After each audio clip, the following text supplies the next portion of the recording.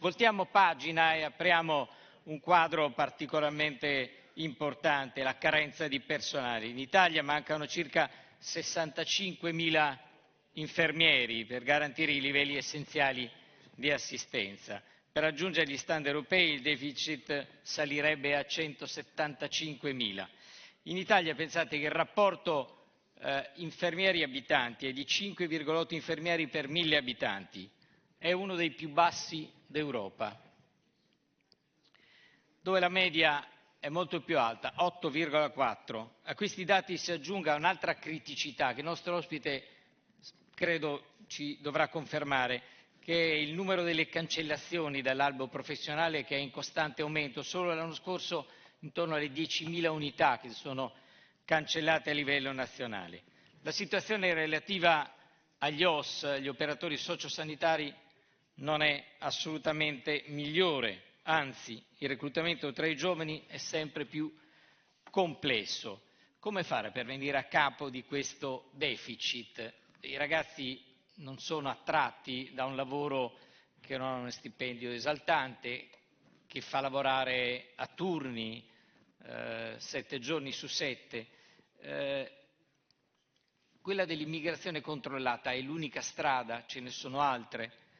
Lascio la parola a Nicola Drauli, consigliere nazionale della Federazione Nazionale delle Professioni Infermieristiche, credo che su alcuni dati una riflessione importante e magari anche qualche suggerimento ce lo porterà. Buon lavoro, l'ascoltiamo. Come no, grazie. Dunque, sì, non ho portato slide, però provo a essere intanto breve e poi dare qualche elemento di discussione in più. Il tema affrontato oggi per noi è importantissimo, è fondamentale e come Federazione Nazionale degli Ordini delle Professioni Infermieristiche in realtà insieme agli statistici e ai demografi lo stiamo urlando anche noi da tempo, perché lo tocchiamo con mano quotidianamente, quindi noi abbiamo proprio la percezione sensibile del cambiamento demografico, ma ce l'abbiamo in due versi, ce l'abbiamo come curanti, quindi coloro che curano, ma ce l'abbiamo anche come professionisti, perché ad esempio partiamo dal primo aspetto, penuria dei professionisti. La penuria della professione infermieristica è particolarmente grave, però vi è una penuria sulle professioni di cura globale, un po' su tutte. Però c'è anche un tema che è assolutamente pragmatico. Noi siamo 30 professioni sanitarie in Italia, 30, 1,5 milioni di professionisti, ma se nascono 300.000 giovani all'anno, ma quando li ripeniamo con una logica incrementale del tipo se ieri erano 10, domani devono essere 10, domani non saranno mai 10, se questo è il trend. Quindi uno dei primi punti su cui noi come federazione stiamo lavorando da tempo è quello di rivedere, ma c'è un tavolo di lavoro interministeriale da questo punto di vista, i profili professionali che sono nati negli anni 90 e che probabilmente sono troppo frammentati.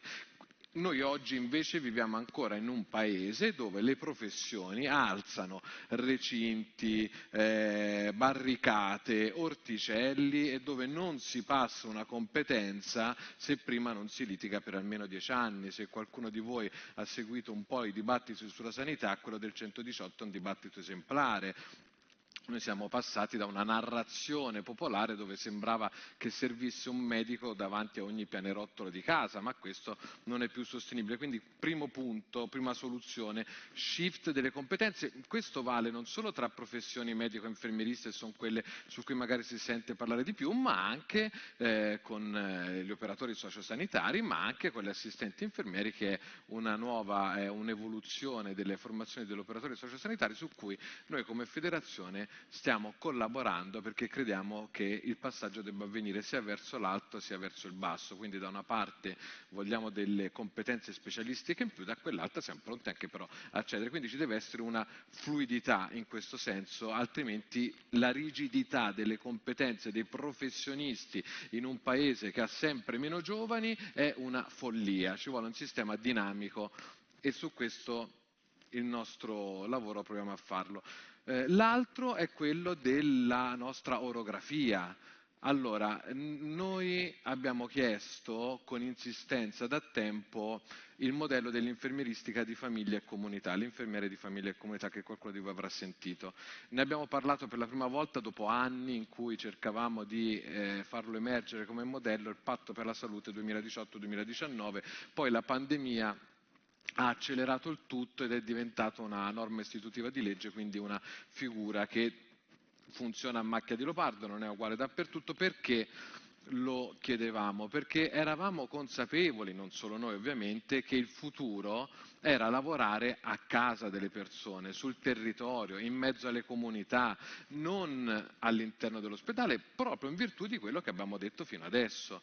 Anche perché, guardate, qui apro un'altra parentesi, noi stiamo andando velocemente verso un mondo dove la tecnologia e gli sviluppi della scienza medica, da un punto di vista diagnostico, di prescrizione, di interventi che diventano sempre più complessi, sempre più importanti, ma in qualche modo diventano la norma rispetto al passato. Cioè l'acuzia nel centro che funziona, che con la tecnologia funziona sempre di più, la diagnosi arriva, la curi, intervieni. Il problema è tutto quello che viene dopo e tutto quello che viene prima.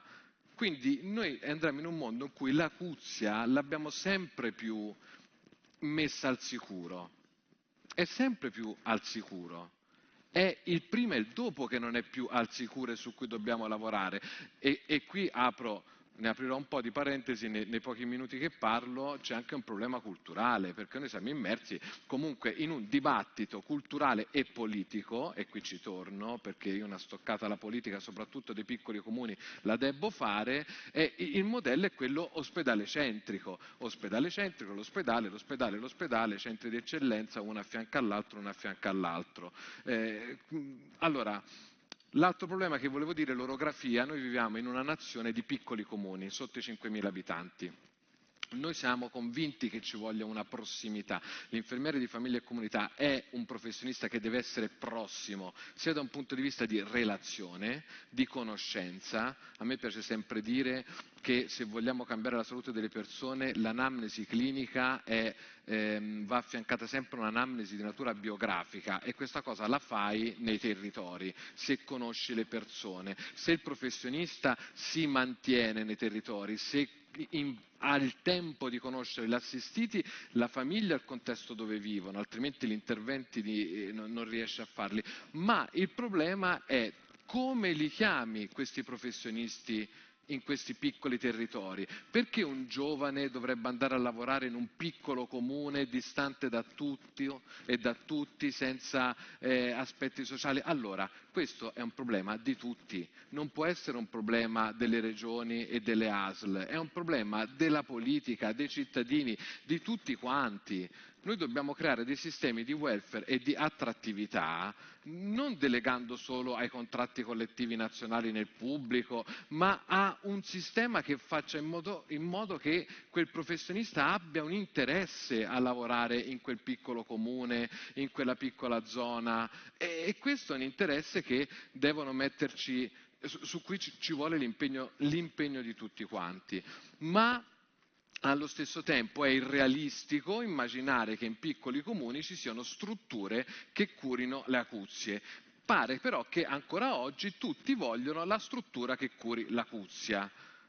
Quello non è più sostenibile, ci vogliono interventi che non sono molto d'appeal, perché mi rendo conto che sono difficili da spiegare, ma che riguardano appunto la coprogettazione comunitaria, gli interventi con gli enti del terzo settore, la prevenzione primaria, secondaria, terziaria, il co-housing. Ecco, oggi noi viviamo in un mondo dove la salute, soprattutto di una certa fascia di età, non è più sanitaria, è sociosanitaria, tutto attaccato. E chi lavora sul territorio lo sa bene, perché l'intervento sanitario è la punta dell'iceberg, è la scusa, è il pretesto, però viene sempre chiesto quello. Quindi l'anziano a un certo punto si rivolge a un servizio distrettuale perché ha bisogno di fare una flebo. Ma quando arrivi lì, la flebo è l'ultimo dei problemi. Nel momento in cui tu intercetti quella persona che ha bisogno di fare flebo, capisci che è una persona che sta da sola, che non ha possibilità di muoversi, che non ha una rete formale o informale, e lì devono intervenire le coprogettazioni. Ci sono tante esperienze a macchia di leopardo in giro per l'Italia, dove ad esempio dei professionisti vanno a capire le risorse magari dei piccoli condomini o dei piccoli centri, scoprono così magari che i due vicini che non si conoscono, perché ormai non ci si conosce più nemmeno tra dirimpettai, magari c'è quella signora che non trova lavoro e quell'anziano solo che ha bisogno di un assistente, e allora match insieme i due bisogni. E questi sono interventi di salute, e sono interventi in cui la nostra idea di infermieristica di famiglia e comunità deve saper agire, perché fa sì l'intervento sia la prestazione, ma soprattutto deve capire i bisogni assistenziali, lo fa insieme ad una squadra, non può farlo da solo. A mio avviso la triade perfetta è il medico di medicina generale, l'assistente sociale e l'infermiere di famiglia e comunità. Però questo lavoro territoriale va sostenuto, e va sostenuto sia politicamente, il DM 77 è una grandissima possibilità, ma anche culturalmente, come si diceva prima, perché se io a ognuno di voi vi prendo a caso e vi chiedo che cos'è il 118, sono sicuro che tutti più o meno mi sapete rispondere come funziona, a cosa serve e perché. Ma se vi chiedo cos'è un PUA, cioè il punto unico di accesso dove ci si rivolge per problemi di natura territoriale, magari la maggior parte di voi l'ha sentito ora per la prima volta. Eppure la ricettività, i servizi del territorio dovrebbero diventare sempre più patrimonio culturale e comune di tutti, anche perché giustamente si parlava prima dei 3 gradini. Certo, noi stiamo andando in un mondo in cui la disabilità di qualsiasi tipo diventa la normalità, e noi ancora progettiamo però il nostro mondo come se fossimo tutti neurotipici e normodotati. Ma dove? Ma è chiaro che ci stiamo spostando verso una popolazione, e non è né meglio né peggio, è un dato di fatto, disabile e neurodivergente, con l'aumentare dell'età, con le cure precoci, con la cronicità che ci portiamo dietro. Quindi c'è un passo culturale da fare, e questi sono tutti i ragionamenti che stiamo facendo come infermieri, nel senso, sembra che non stia parlando di infermieristica, ma vi assicuro che sto esattamente parlando di infermieristica a tutti gli effetti. Oltre a questo, ad esempio, un'altra cosa, e chiudo, cosa si potrebbe fare per la professione infermieristica e quindi per tutto il resto, non solo elementi quindi welfare, attrattività, stipendi, per l'amor del cielo, ok, rivedere le competenze, permettere alle professioni di integrarsi fra di loro, di passarsi le conoscenze, le competenze in maniera un pochettino più generosa, senza farsi la guerra. L'altro aspetto è quello dei flussi, del tracciamento dei flussi. Allora, questo magari sembra una cosa molto tecnica, ma noi da un po' che stiamo lavorando per far sì che sia riconosciuta la branca assistenziale infermieristica e i LEA infermieristici, cioè sostanzialmente in questo momento la vostra salute è dettata dai livelli essenziali di assistenza, cioè voi avete diritto a una serie di cose e altre invece no. O comunque magari la regione ve l'aggiunge, sono le regionali eccetera. L'infermieristica in questo non esiste, non c'è. Noi abbiamo fatto uno studio multicentrico, si chiama Enlight, che è uscito da poco, dove Enlight, che appunto vuol dire, cioè, che richiama anche l'idea di fare luce, sulle attività infermieristiche negli ambulatori a casa delle persone. Allora noi abbiamo visto che ci sono 1 milione di prestazioni che sono erogate in maniera autonoma dall'infermiere, ma che risultano erogate da una specialistica medica, perché non abbiamo un nomenclatore che ci classifica. Non so se è chiara sta cosa, nel senso, quindi questa è una grande distorsione del paese, per cui quando si va a capire cosa serve di più, ecco, a noi ci manca anche un nomenclatore che ci faccia dire attenzione che serve assistenza infermieristica, non servono solo interventi legati a specialità di altre professioni. L'ultima cosa che volevo dire, un altro grande tema su cui ci stiamo interrogando molto, è quello della digitalizzazione delle nuove tecnologie. Ma perché? Perché noi siamo molto preoccupati di quello che chiamiamo la fragilità digitale, ovvero sia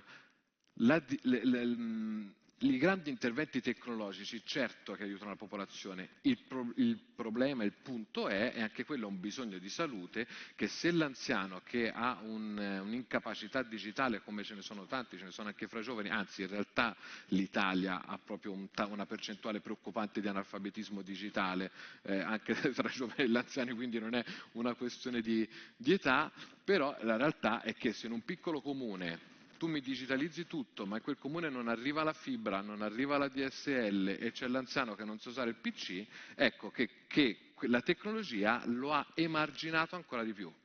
Lo ha emarginato ancora di più. Quindi è per questo che anche la telemedicina, la teleassistenza in qualche modo va prescritta, cioè ci vuole la capacità di chi conosce la persona, la famiglia, eccetera, di capire se le tecnologie aiutano oppure peggiorano la situazione, e questo è un tema che stiamo studiando molto da vicino. Quindi chiudo così dicendo che sì, la professione infermieristica ha bisogno è pronta a portare queste visioni, queste riflessioni che vi ho detto, però ovviamente ha bisogno, noi come tanti altri, di un cambio di approccio, un cambio di visione. Quello che ho sentito qui oggi è sicuramente la strada giusta, perché gli input che ho colto qua oggi mi fanno tornare a casa, devo dire, rincuorato e speranzoso. Grazie. Grazie a Nicola Drauli. Le posso chiedere, io sono abbastanza affezionato ai numeri, anche perché mi devo rifare tutte le volte che nei miei 5 anni di liceo mi hanno rimandato in matematica, che sono state diverse. Ma un terzo dei posti di infermieristica ogni anno rimangono vacanti, e peraltro questo terzo è in aumento negli ultimi 3 anni. Di quelli che si iscrivono, un 15% non terminano il corso universitario. Ecco, di fronte a questi numeri qua, è pensabile che ci sia una disponibilità di infermieri sia per gli ospedali che per le RSA? Molti di quelli poi che si laureano finiscono negli studi privati o negli ospedali privati. Ecco. No, assolutamente no. No. No. Nel senso, la previsione è chiaro, la previsione degli infermieri che mancano oggi non è recuperabile. Il fatto che ci siano pochi infermieri iscritti rispetto ai posti messi a bando è un problema però generato dal numeratore e denominatore, perché in realtà noi abbiamo via via provato ad aumentare i posti, ma gli iscritti sono più o meno sempre quelli, quindi in realtà si vede ancora un po' di più questa differenza. Però non si recuperano a meno che non ci sia appunto un flusso migratorio importante. Però qual è che stiamo operando? Ma allora il punto, una cosa va detta, nel senso, bisogna migliorare le condizioni dei professionisti qua, ma anche per attirare quelli che dall'estero vengono qua, perché noi abbiamo 30.000 all'estero. Però il problema non è tanto portare infermieri, se valutiamo che sono adeguati, bisogna valutarli però, sì, e non andare in deroga, va benissimo, c'è la libera circolazione dei professionisti europei. Il problema è che arrivano qua e poi rivanno via, vanno verso l'Inghilterra, la Svizzera, la Germania, dove guadagnano di più, hanno più possibilità di carriera. Quindi se non diamo dignità alla professione qui, non vale solo per noi italiani, vale anche per i professionisti che verrebbero poi qui a lavorare. Grazie.